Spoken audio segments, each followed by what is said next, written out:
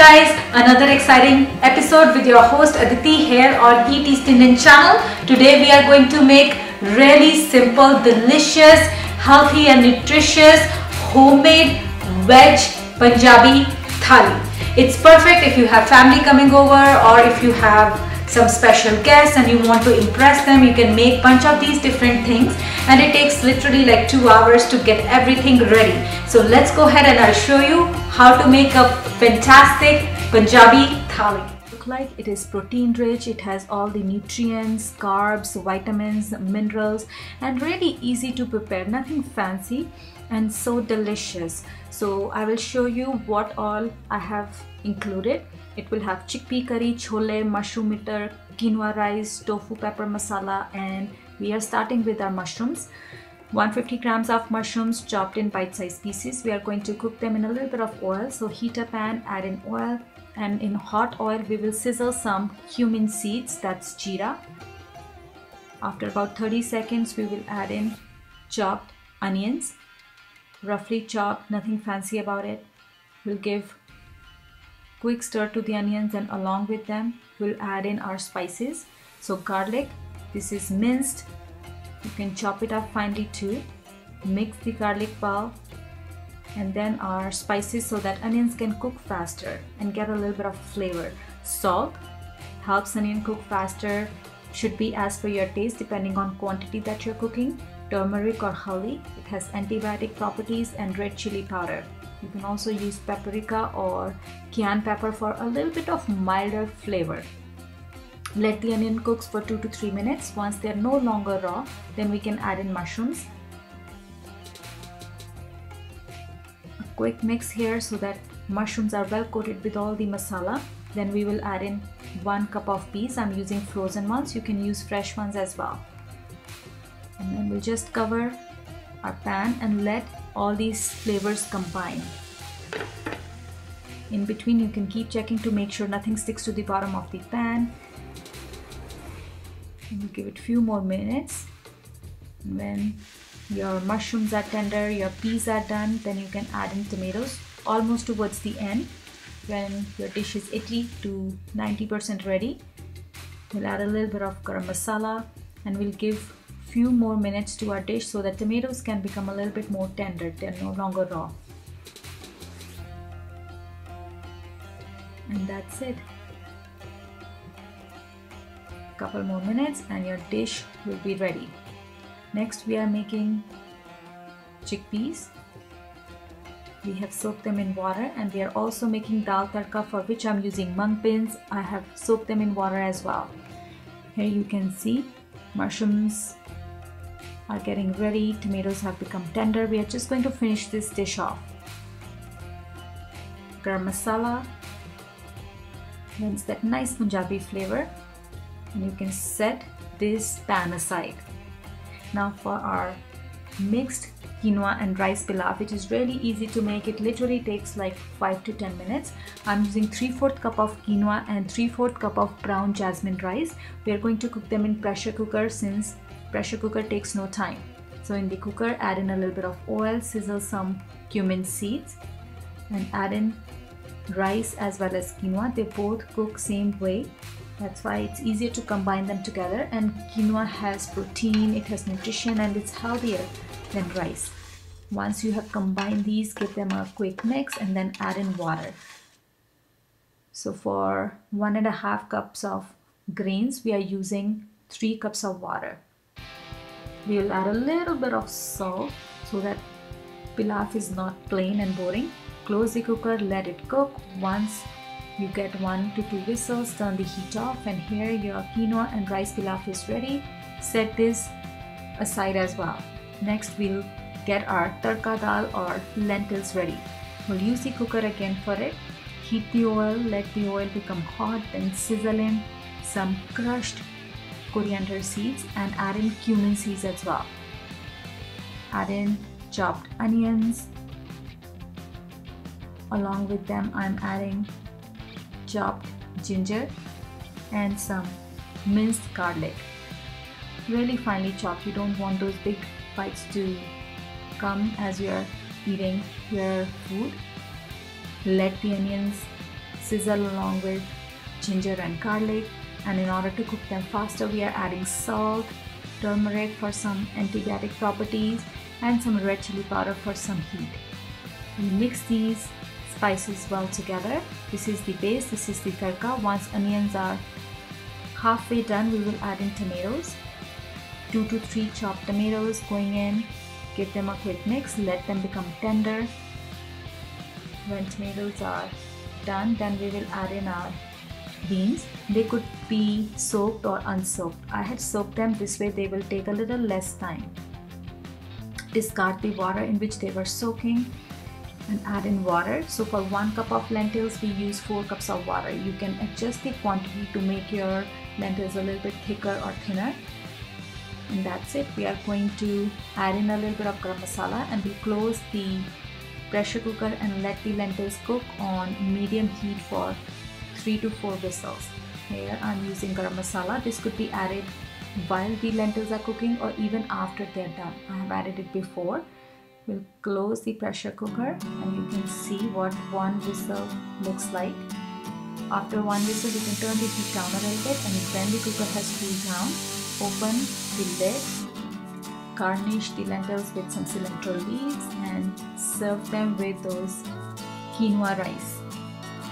Let's move on to our chole or chickpea curry, which is equally easy to make, for which we are going to make a blend out of onions, ginger, garlic, and maybe green chili if you want a little bit more heat in your dish. Again, using pressure cooker because it cuts down our cooking time. In the pressure cooker, add in a little bit of oil. Let the oil become hot and we'll add in crushed coriander seeds. So just coriander seeds, I use my mortar and pestle to crush them. You can also use coriander powder.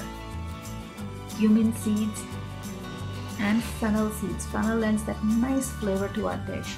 We are adding ground paste of onions, ginger and garlic.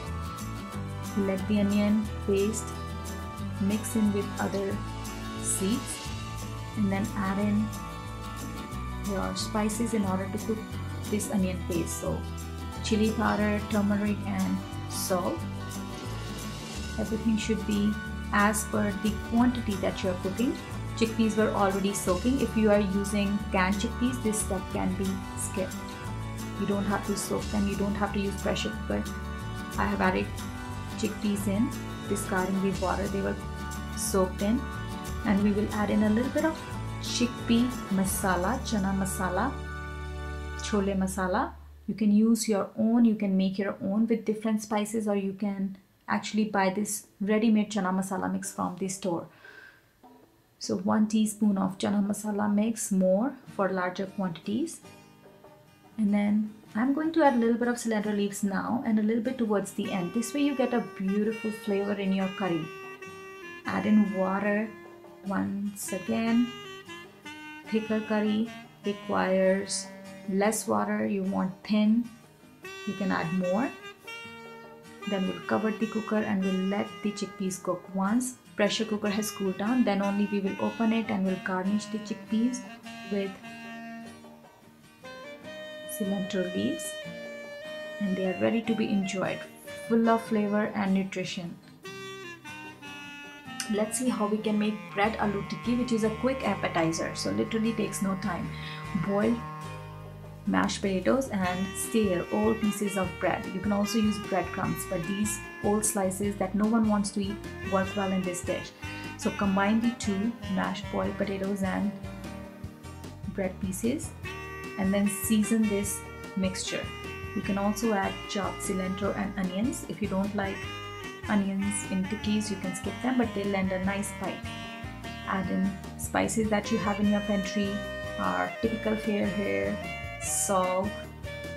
We'll add some black pepper ground and amchur, that's mango powder. It lends that nice tangy flavor, and everyone will be saying it tastes so good, not knowing what went in. And some garam masala, little bit of red chili powder, and we'll combine all these ingredients together. You want to make sure that spices are thoroughly mixed in. Then you can form small round balls like this, or the easier version that I really like it is making long logs like sausage and let it chill.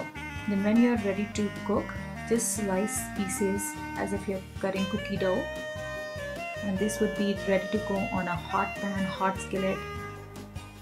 And it's so easy to cook these. You don't have to take time in making those dough balls. Alright, so pan frying them in a little bit of oil. Make sure oil is hot. You can put in as many tikkis as you want. They taste great, they are full of flavor, they can be enjoyed as a snack, or you can serve them before you serve the main course. And we will cook them until both sides have a nice dark brown color. Make sure you give enough space in between tikkis so that they can be flipped over easily.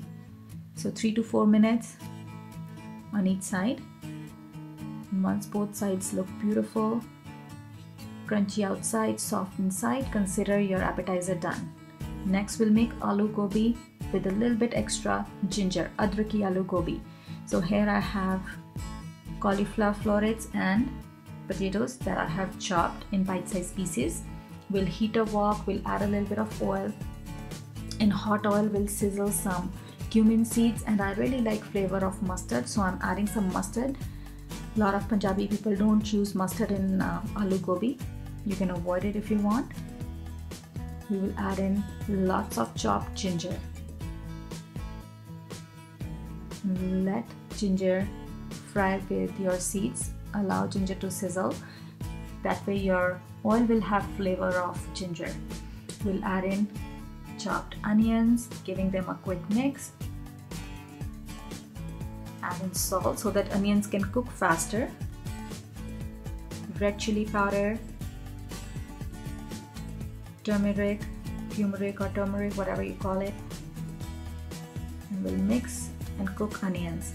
After 2 to 3 minutes, when onions are a little tender, add in your cauliflower florets, and we'll also add in our potatoes. We will also add a little bit of water. That way you don't have to use too much oil, and water will help steam our veggies and they'll cook faster. We'll just cover the pan and we'll let these ingredients cook together. Give them 5-6 minutes. When they become a little tender, a little softer, then we will add in mango powder for a hint of tanginess, tomato paste, lends nice flavor. Another quick mix, and we'll let our cauliflower cook thoroughly. And we'll finish it off by adding some garam masala. You can also use curry powder if you want. Sabji masala is available in the stores nowadays, or even Kitchen King. And when your florets are completely done, then finish them off with dried fenugreek leaves or kasuri methi, trademark of Punjabi cooking, and chopped cilantro leaves. You can also garnish them with julienne ginger pieces. And this dish is ready. You can set it aside, and let's work on another quick dish, our tofu and bell pepper masala. It's almost like a paneer, Indo-Chinese chili paneer, but a little bit healthier version. So hot oil in a pan. Here we are adding mustard seeds. They lend a beautiful flavor to our dish. We are adding julienne ginger, thin long slices, and long thinly sliced onion pieces. A quick mix. We are going to cook this dish on medium to high heat, constantly stirring ingredients so that nothing burns and everything is thoroughly done. Onions are a little tender. We add in long thin slices of tofu. This is extra firm. You can use firm as well. Just make sure you're not using soft, otherwise it will crumble. Add in bell peppers, and we'll give our ingredients few minutes so that our tofu can take a little bit of color. You want it to become a little bit golden brown. You can see it's changing color, it's cooking. You don't want bell peppers to completely wilt. You do want them to have a little bit of a bite. Add in tomato paste for some tanginess, a little bit more volume to the dish, salt, black pepper, soy sauce, and another quick mix. Let all these flavors combine, giving them 3-4 more minutes, and that's it. Our dish is ready. It's healthier version of any paneer dish. Tofu can be easily used, replaced paneer with tofu here in our dish. So bell pepper and tofu masala is ready. Excellent side dish. Now moving on to our bread. We are going to use mixed grains to make our roti today. So in a bowl I have here whole wheat flour, and instead of making whole wheat roti, we will make combination of different grains. Adding a pinch of salt, I'm going to ground oats and flax seeds. Sometimes flax seeds can be used by themselves, but if you ground them, it's easier for you to eat.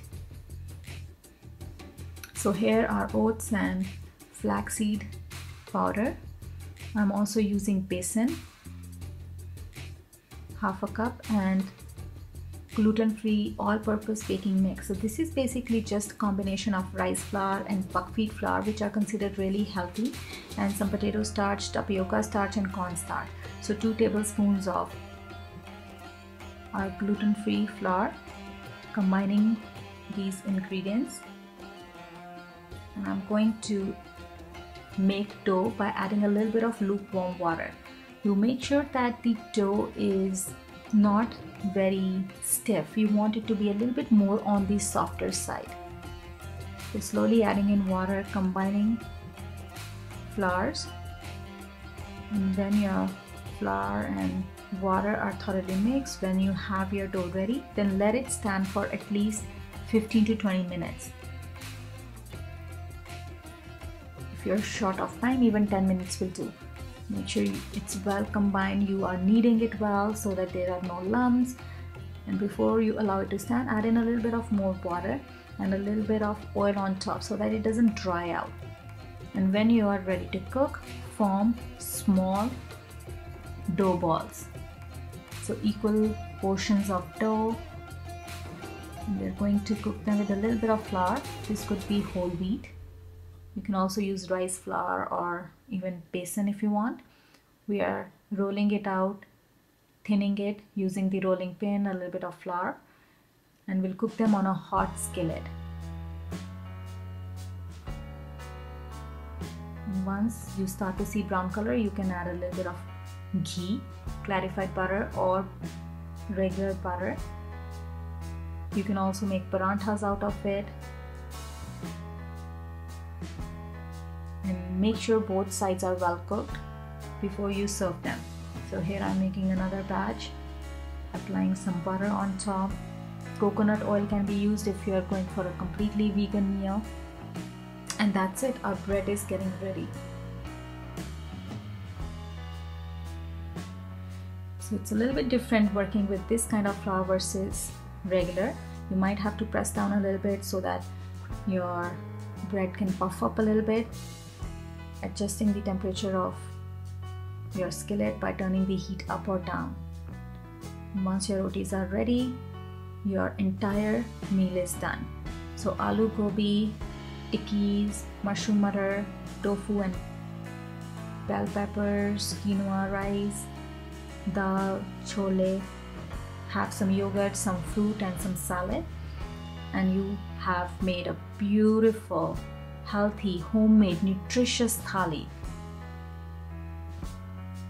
I hope you like this recipe, guys. It's really easy to make all these dishes. By using pressure cooker, we are able to cut down time and preserving the value, nutrition of our food. Thanks for watching the video, guys. I hope you like this food. Give it a try in your own kitchen, and do keep watching E.T.'s Tinian channel. If you haven't already subscribed, please do so, because we are going to bring around many more exciting recipes. And keep watching for our Royal Veg Thali episode. Thanks, guys. Have a wonderful day.